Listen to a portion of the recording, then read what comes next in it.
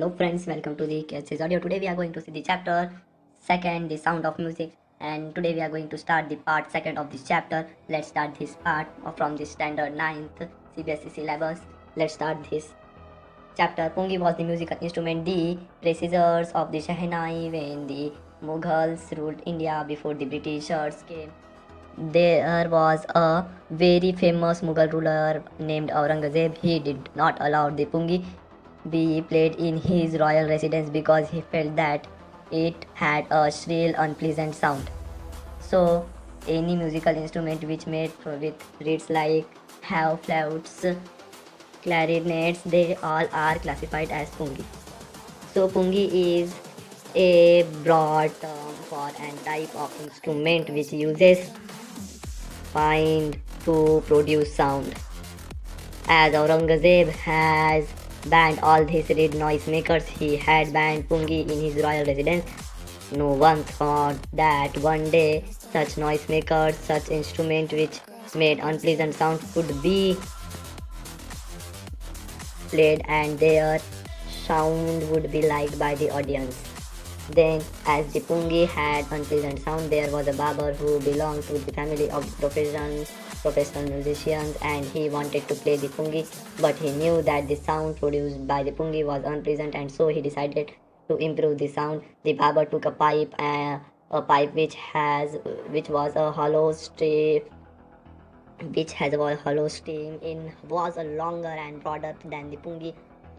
He made 7 holes on the body of the pipe. If you have seen the flute, it is something like this. It is a pipe which is hollow from inside and has holes on it.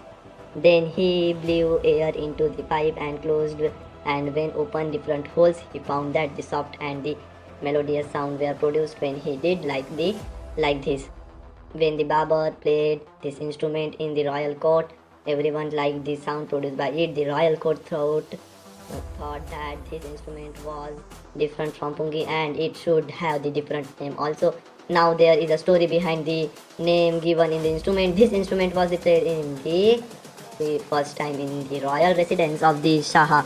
Shah was a name given to king. Mughals called the kings as Shah. As Nai, that is the Indian term used for the barber, had played it for the first time, they called the Shehnai.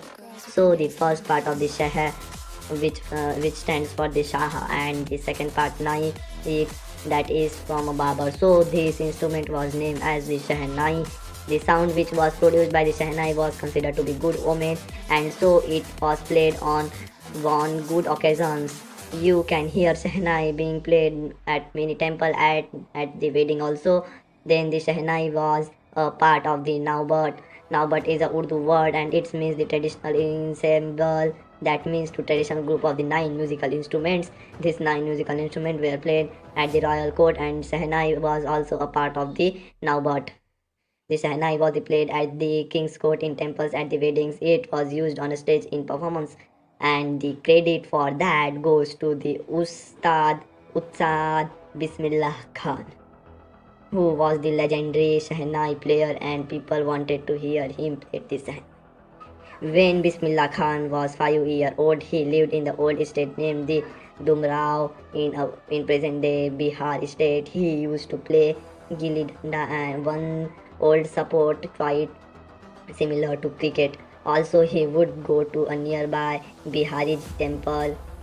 Although the Bismillah Khan was a Muslim, he would go to the temple and he would sing the song Chaita, the Bhojpuri language. The Bhojpuri language is spoken in an area of Bihar. When he would finish the reciting the song, he would get a big laddu as a reward, and the weight of that laddu is 1.25 kg. That was a prize given to Bismillah Khan by the local Maharaja for singing the Chaita. The writer says that this incident occurred when Bismillah Khan was 5 years old. We can also say that the 5-year young Bismillah Khan, because he is not old. Old is the people who are from the 50 to 100 ages. Therefore, the Bismillah Khan at the 5-year age, he cannot be old. Therefore, the Bismillah Khan was 5 years young that he would get this laddu as a reward. And after the 8 year, Bismillah Khan earned the highest civilian award in India, the Bharat Ratna. So this is the distance that he has traveled in his life. At 5 years of age, he would get a 1.5 kg of the laddu as reward, and and at 80 he achieved a highest civilian award in the India, is that the Bharat Ratna. Bismillah Khan was born on 21st of March 1916 in family of the musicians in Bihar. The lineage on his father's side was full of great Shehnai player. We can say that Bismillah Bismillah Khan ji acquired the skill of playing the Shehnai from his ancestors. His grandfather was a great Shehnai player. He played the Shehnai in the court of Bhojpur king. His father and all paternal ancestors were also great Shehnai player. Bismillah Khan ji also started learning music at an early age. When Bismillah Khan ji was just 3 years old, his mother took him to her parents' house, to his maternal uncles. Maternal uncle means the lineage on the one's mother's side. They lived in the Banaras. Banaras is today is called the Banarasi. And the Bismillah Khan saw his maternal uncle play the Shehnai. He was attracted toward it and he also wanted to learn playing it. Bismillah Khan started going with the uncle Ali Bucks to the Vishnu temple in the Banaras. Ali Bucks was the duty to play the Shehnai at the Vishnu temples of the Banaras. When Bismillah Khan saw his uncle Ali Bucks played the Shehnai, he would get attracted toward it, that he would sit there for hours listening to him play the Shehnai. Gradually, Bismillah Khan also started learning the playing the Shehnai, and he would practice throughout the day. He never he never got tired. He was so captivated by the Shehnai.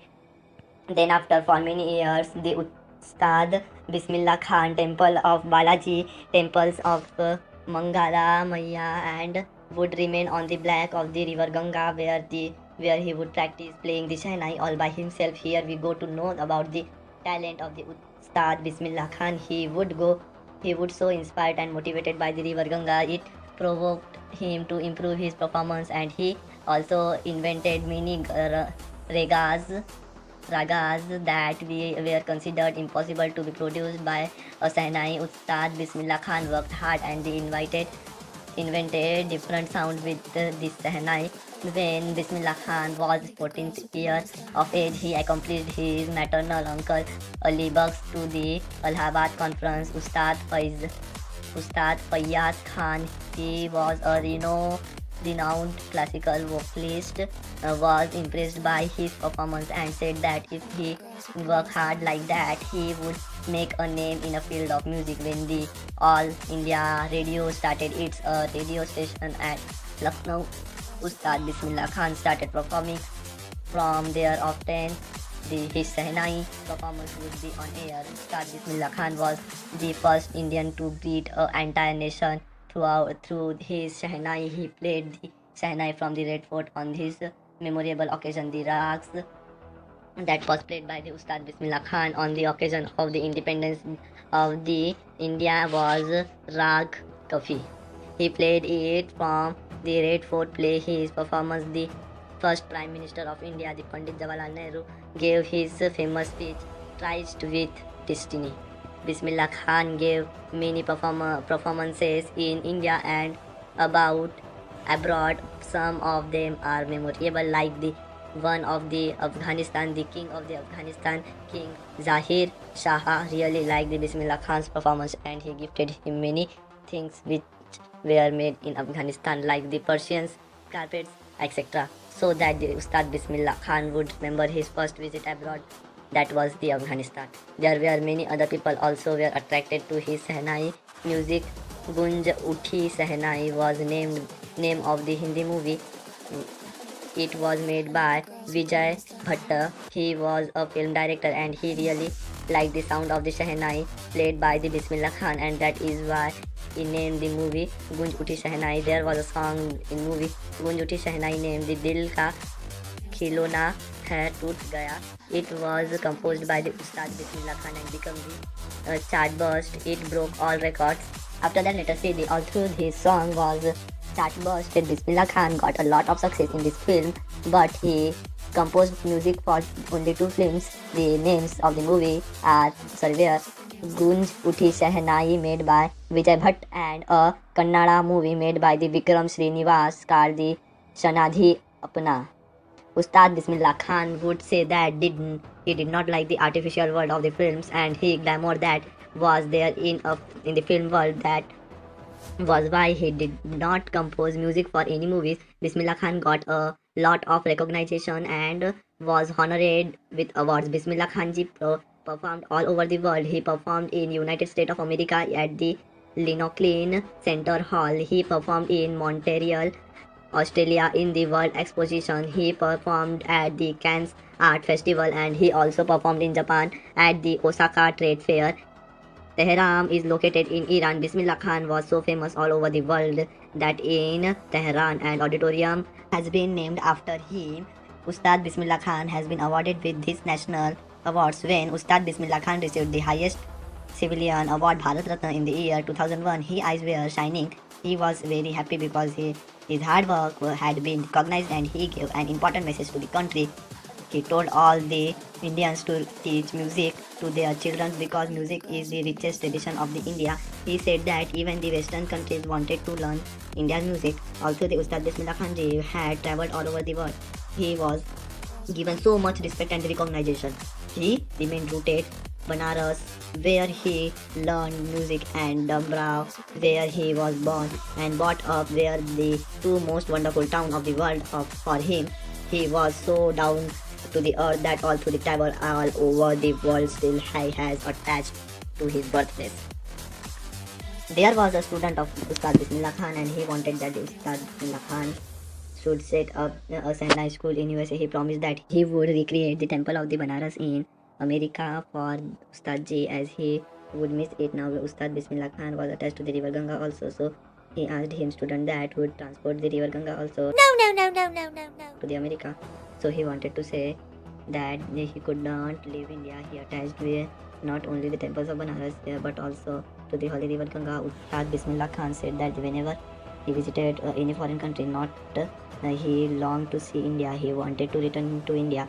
And then he says that when he was in India, in Mumbai, he yearned to visit Banaras and the Ganga river. And when he was in Banaras, he missed his birthplace, Dumrao, and the Matha, where he sang Chaitha and was rewarded with the laddu of 1.25 kg weight by the Maharaja. Here the winter says that Ustad Bismillah Khan was perfect example of the rich cultural heritage of India. His work was beyond the reason barrier. Although he was a strict Muslim, he followed the Muslim law, but every morning he would play the Shehnai at the Kashi Vishwanath temple, was a Hindu temple. This shows that he did not the barrier of the religion in his mind. He was a true Indian. He considered music to be India's richest cultural heritage. Ustad Bismillah Khan had been ill for a long time, and he died on 21st of August 2006 at the age of 90. The entire country mourned death of the legendary musician. There was a holiday for one day, and he was given a state funeral. At this point, the chapter is end of the Sound of Music Part 2.